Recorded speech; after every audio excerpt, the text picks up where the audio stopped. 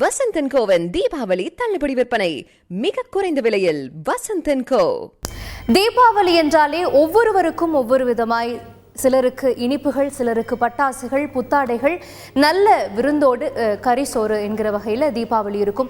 ஆனால் இந்த அசாதாரணமான கொரோனா காலகட்டத்தில் தீபாவளி என்பது முற்றிலுமாக எல்லோருக்குமே மாறி இருக்குன்னு தான் சொல்ல முடியும். அந்த வகையில் இந்த தீபாவளிக்கு இதை சார்ந்த விற்பனைகளும் மிக மிக மந்தமாக இருக்கிறது, பெருத்த ஒரு சரிவை சந்தித்திருக்கிறது என்று தான் சொல்ல முடியும். கடந்த ஆண்டிற்கும் இந்த ஆண்டிற்கும் தீபாவளி விற்பனை எவ்வாறாக இருந்திருக்கிறது என்பதை நம்ம பார்க்க இருக்கிறோம். கடந்த ஆண்டு தீபாவளி விற்பனை, இந்த ஆண்டு தீபாவளி விற்பனை என்று பார்க்கும் பொழுது பிரதானமாக வெடிக்கக்கூடிய பட்டாசுல மொத்தமாக 2019ஆம் ஆண்டில் 300 கோடி ரூபாய்க்கு தமிழகத்தில் வர்த்தகமாக இருக்கிறது இந்த பட்டாசு விற்பனை. ஆனால் 2020ஆம் ஆண்டில் சற்றேறக்குறைய 200 கோடி ரூபாயாக விற்பனையாகி இருக்கிறது. இன்றைய தீபாவளி நாளான இன்றைய விற்பனையும் சேர்த்து இது சற்று ஏறுவதற்கான வாய்ப்புகள் இருக்கிறதா சொல்றாங்க. சென்னையின் எடுத்துட்டோம்னாலே தீபாவளிக்கு பட்டாசுகள் அதிகமாக வாங்கக்கூடிய இடமாக இருப்பது சென்னை தீவுத்திடல். தீவுத்திடல்ல 2019ஆம் ஆண்டுல மொத்த விற்பனைன்னு பார்த்தீங்கன்னா ஒரு 12 கோடி ரூபாய்க்கு பட்டாசுகள் விற்பனை ஆகியிருக்கு. ஆனால் 2020ஆம் ஆண்டுல அது 4 கோடி ரூபாய்க்கு மட்டும்தான் வர்த்தகமாக இருக்குன்னு சொல்றாங்க பட்டாசு விற்பனையாளர்கள். 65 கடைகளை போன வருஷம் நாங்க தீவுத்திடல்ல போட்டிருந்தோம். ஆனா இந்த வருடம் 40 கடைகளை மட்டும்தான் போட முடிஞ்சிச்சு.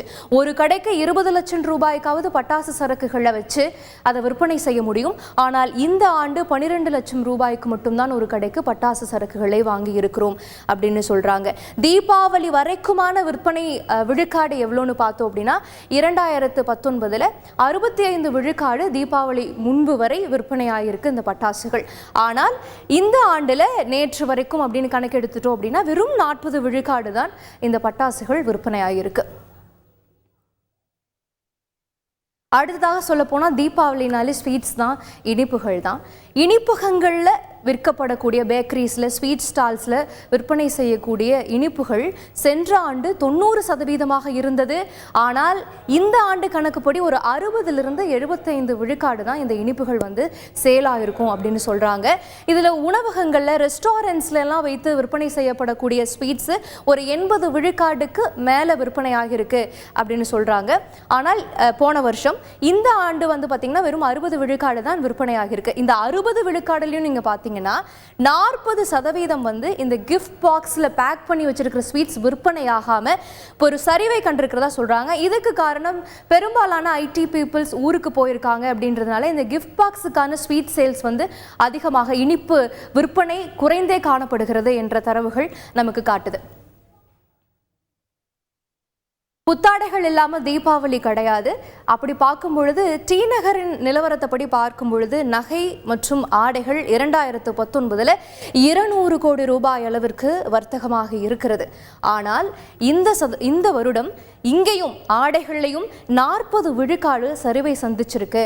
அதனால ஒரு நேற்றைய தீபாவளிக்கு முந்தைய தின விற்பனைப்படி ஒரு 80லிருந்து 90 கோடி ரூபாய் வரைக்கும் தான் வர்த்தகமாகி இருக்குன்னு டி நகர் வட்டாரங்கள், இந்த விற்பனை வணிகர்கள் வட்டாரங்கள் நமக்கு தகவல்களை தராங்க. அடுத்தது விருந்தும் இல்லாமல், கரிசோறு இல்லாமல் நம்ம ஊரில் தீபாவளி பண்டிகை கிடையாது. அப்படி பார்க்கும் பொழுது இந்த ஆடு கோழி சந்தைகள் என்பது இந்த தீபாவளிக்கென்றே சிறப்பு சந்தைகள் ஆங்காங்கே முளைக்கும். அப்படி பார்க்கும் பொழுது கடலூரில் வேப்பூர் சந்தை, இந்த வேப்பூர் சந்தை 2019 1.60 கோடி ரூபாய்க்கு ஆடு கோழிகளை வர்த்தகம் செஞ்சிருக்கு. ஆனால் இந்த ஆண்டு வெறும் 60 லட்சம் ரூபாய்க்கு மட்டும்தான் ஆடுகள் கோழிகள் விற்பனையாகி இருக்கின்றன. அதே போல திண்டுக்கல் மாவட்டம் அயலூரில் இருக்கக்கூடிய இந்த ஆடு கோழிகள் சந்தையில் சென்ற ஆண்டு 5 கோடி ரூபாய்க்கும் இந்த ஆண்டு 2.5 கோடி ரூபாய்க்கு மட்டும் விற்பனையாகி இருக்கிறது. தூத்துக்குடி மாவட்டம் கோவில்பட்டியில் சென்ற ஆண்டு 5 கோடி ரூபாய்க்கு இவைகள் விற்பனையாகி இருந்தாலும் இந்த ஆண்டு அந்த பகுதியில் மட்டும் கொஞ்சம் அதிகரித்து 6 கோடி ரூபாய்க்காக விற்பனையாகி இருக்கிறதா பார்க்குறோம். தீபாவளி உண்மையாலுமே கோவில்பட்டியில் தான் கொண்டாடப்படுதோ என்னமோ தெரியல. அதே மாதிரி கிருஷ்ணகிரி மாவட்டம் குந்தாரப்பள்ளியில் சென்ற ஆண்டு 7 கோடி ரூபாய்க்கு இருந்தது, இந்த ஆண்டு 2 கோடி ரூபாய்க்கு மட்டும்தான் நாடு கோழிகளை வாங்கி இருக்கிறாங்க. விழுப்புரம் மாவட்டம் செஞ்சியில் சென்ற ஆண்டு ஒரு சந்தை இருந்தது, இந்த ஆண்டு சந்தைக்கு அவசியமே இல்லை, தீபாவளி பெரும்பாலான இறைச்சிகளை வாங்க மாட்டாங்க இந்த ஆண்டு அப்படின்ற மாதிரி சந்தையே அங்கே போடலை. இன்னொரு காரணம், அமாவாசை தினத்தில் இந்த தீபாவளி வருது, அதனால இறைச்சிகளுடைய விற்பனை குறைவாகவும் இருப்பதாகவும் சொல்றாங்க.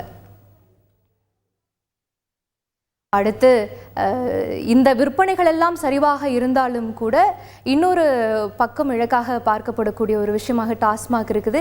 சென்ற ஆண்டு 2019 பார்க்கும்போது ஒட்டுமொத்தமாக 458 கோடி ரூபாய்க்கு டாஸ்மாக் விற்பனையாக இருக்கிறது, மதுபானங்கள் டாஸ்மாகில் விற்பனையாக இருக்கிறத பார்க்கிறோம்.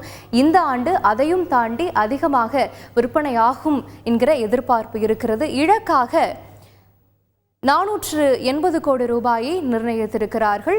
மதுப்பிரியர்கள் அதில் நம்மளை டிஸாட்டிஸ்ஃபை பண்ண மாட்டாங்க என்பது ஒரு மிகப்பெரிய நம்பிக்கையாக இருக்கிறது. டாஸ்மாகில் விற்பனை அதிகரிப்பதற்கான வாய்ப்புகள் இருக்கிறதாகவும் பார்க்குறாங்க.